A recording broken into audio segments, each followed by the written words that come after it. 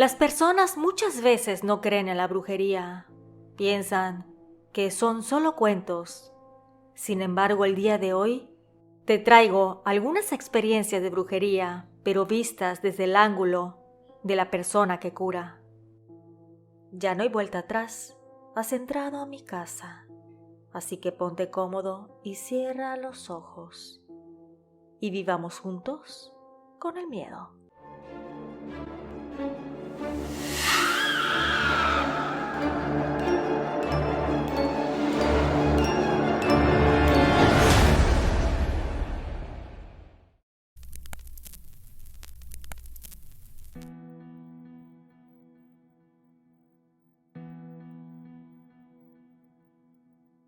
Me animé a enviar algunos casos con los que me tocó trabajar cuando me dedicaba a curar a la gente, ya que soy curandera blanca, para que puedas escuchar varias experiencias y creas que la brujería existe.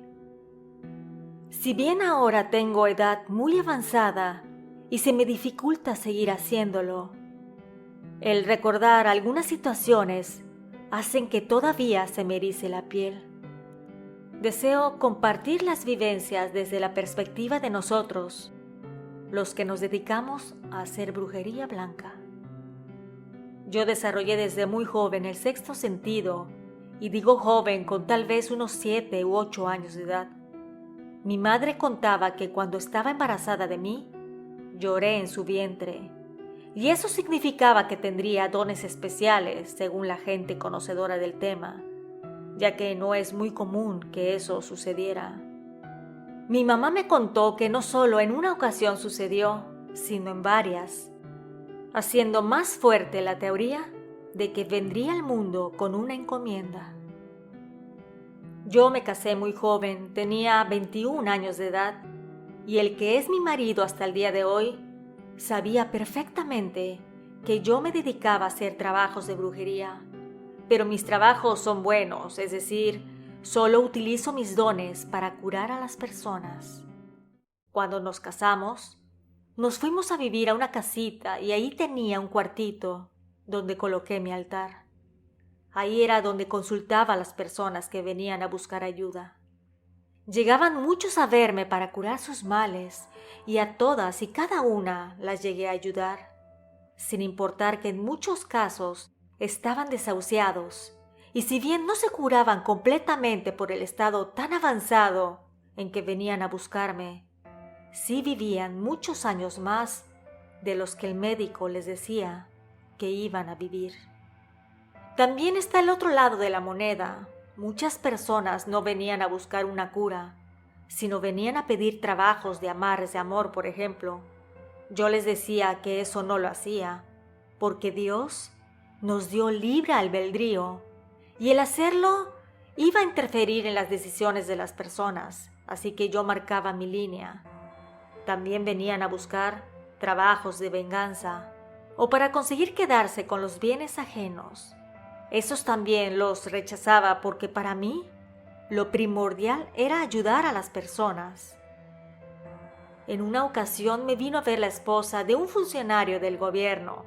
Entró y yo le pregunté que qué le sucedía o cómo podía ayudarla.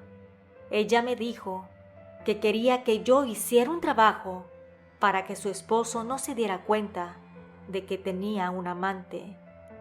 Que ella quería seguir casada con él, disfrutar de su dinero y tener a su novio joven. Entonces sacó de su bolsa un fajo grande de dinero.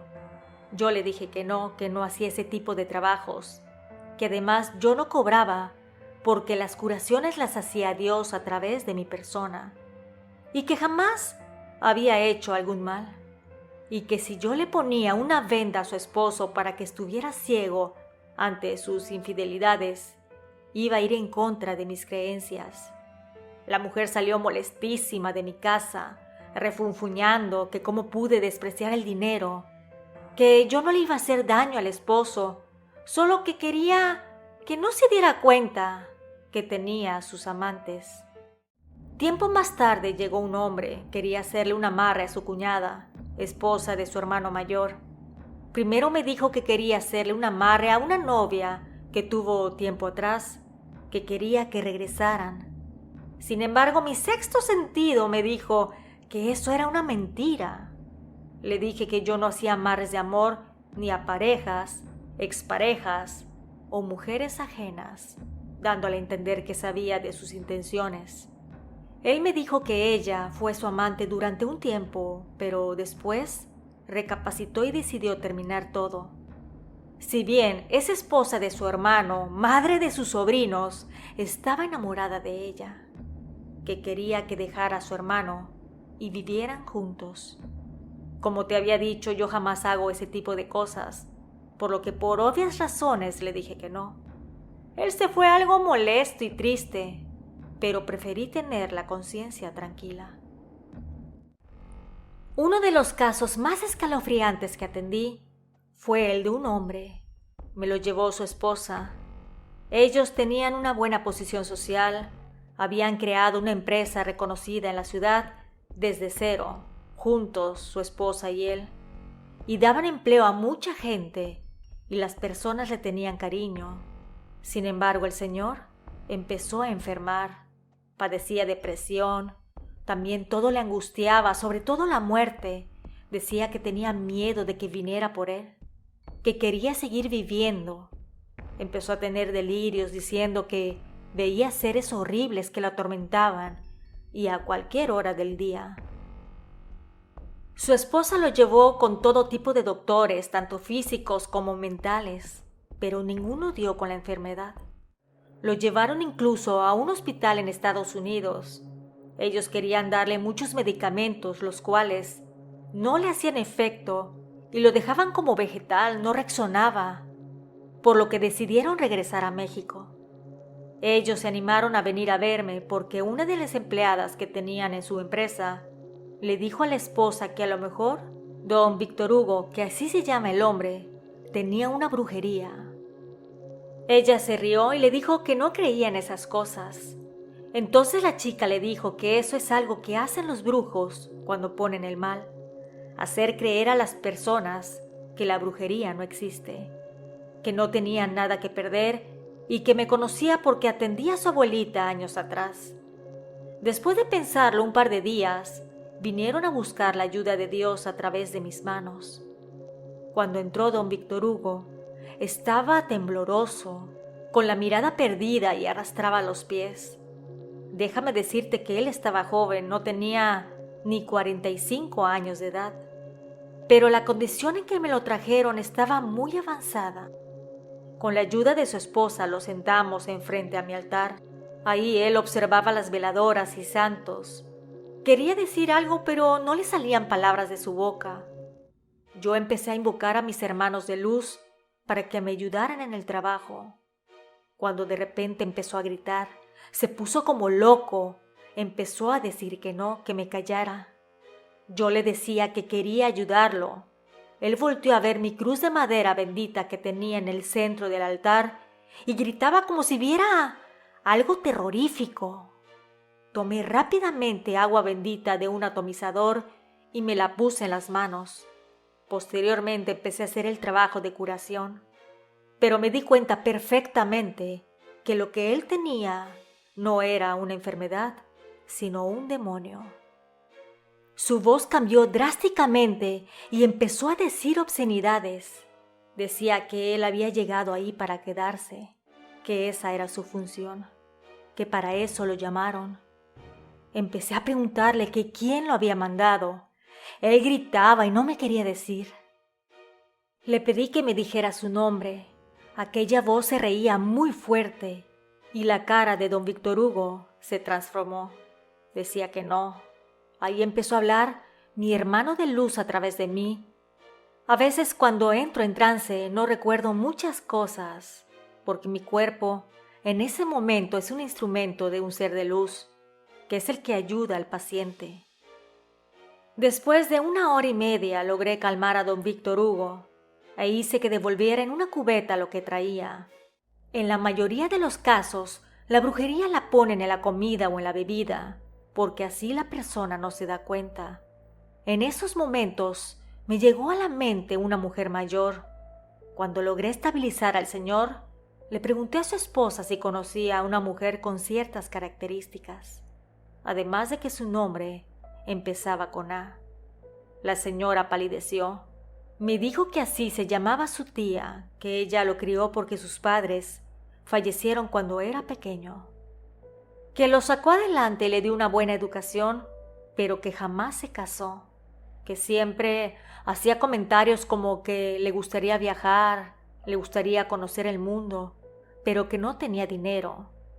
A mí me extrañó, entonces le cuestioné de qué le serviría si él fallece, porque la brujería que tenía era para que se volviera loco y cuando su cuerpo no resistiera, tendría como una embolia o algo similar.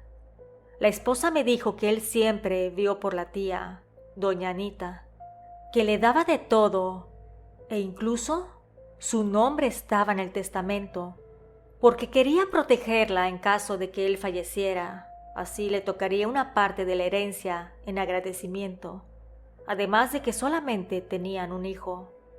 Le dije a la esposa que me trajera a don Víctor 2 veces por semana, que lo sacaría adelante, pero que necesitaba que lo mantuviera alejado de ella, ya que la señora vivía en la misma casa.